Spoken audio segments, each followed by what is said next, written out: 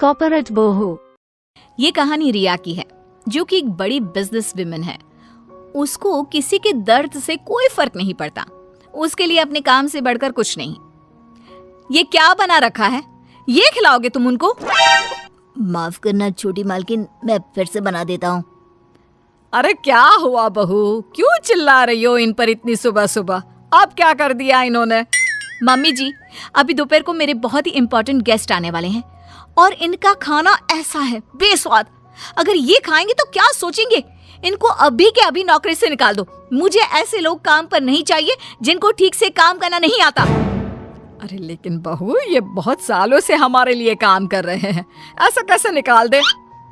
हाँ मेम साहब, मुझे नौकरी से मत निकालिए। मैं अच्छे से काम करूंगा, आपको शिकायत का कोई मौका नहीं दूंगा। मैंने एक बार जो बोल दिया सो बोल दिया। जल्दी से कोई नया शेफ ढूंढ कर लाओ।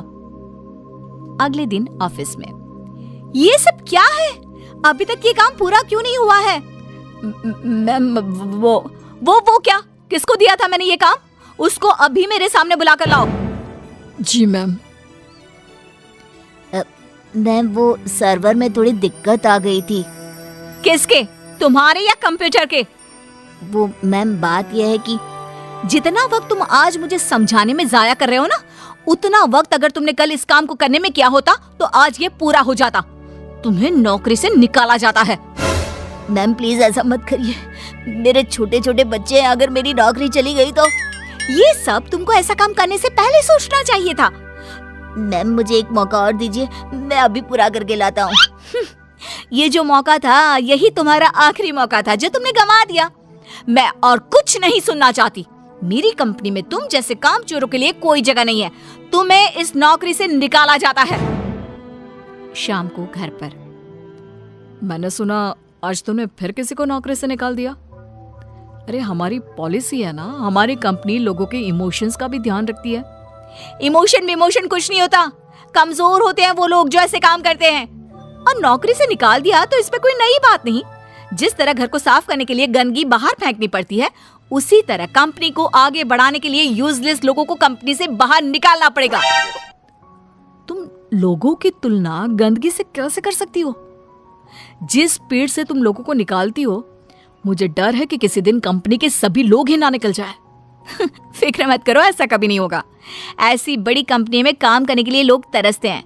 जिनको नौकरी लग जाए वो खुशी से पागल हो जाते हैं। तो ऐसी कंपनी कभी खाली हो ही नहीं सकती।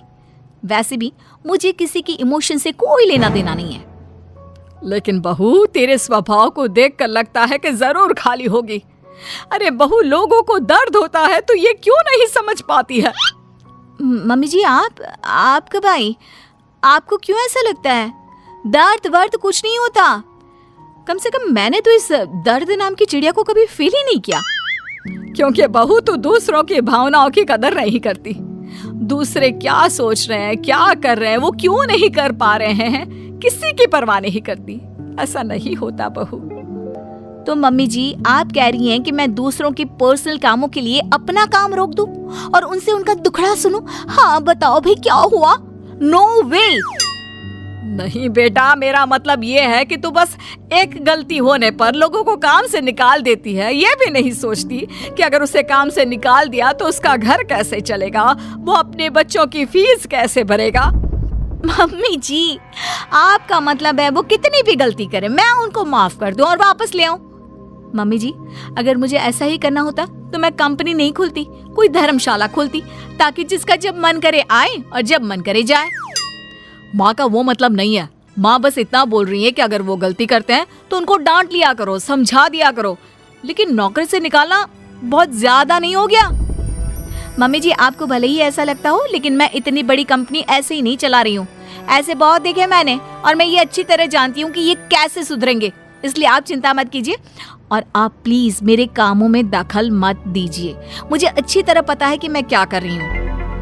एक दिन अचानक से रिया की बेटी की तबीयत बहुत खराब हो जाती है और रिया कंपनी की जरूरी मीटिंग छोड़ देती है। बहू, तू यहाँ क्या कर रही है? तेरी तो बहुत जरूरी मीटिंग थी ना?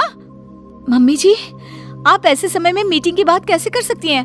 और मेरी बेटी कहाँ है? क्या हुआ है उसको? डॉक्टर ने क्या कहा? यूं अचानक से बेहोश कैसे हो गई? उसका बीपी लो हो गया था, जिसकी वजह से वो चक्कर खाकर गिर पड़ी और उसको थोड़ा बुखार भी है। अच्छा हुआ, कोई ज्यादा घबराने वाली बात नहीं है, मैं तो डर ही गई थी। और बहू तेरी मीटिंग, उसका क्या हुआ? तुझे तो भारी नुकसान हो गया होगा। होने दीजिए मम्मी जी, मेरे लिए इस वक्त मेरी बेटी से बढ़कर कुछ भी नहीं है। ऐसी मीटिंग्स तो फिर आती रहेंगी। लेकिन बहू, कुछ दिनों पहले तुमने ही कहा था कि किसी के निजी काम के लिए तुम्हारा काम नहीं रुकेगा, तो फिर ये सब क्या है? मम्मी जी, आपको क्या हो गया है?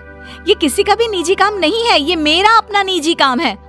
वही तो बहू, जब तुम्हारा काम था तो तुम सब कुछ छोड़कर यहाँ आ गई, और तुम चाहती हो कि दूसरों के घरों में कितनी भी परेशानी दिक्कत आ जाए, वो उसको छोड़कर अपने काम को पहली ड्यूटी समझे।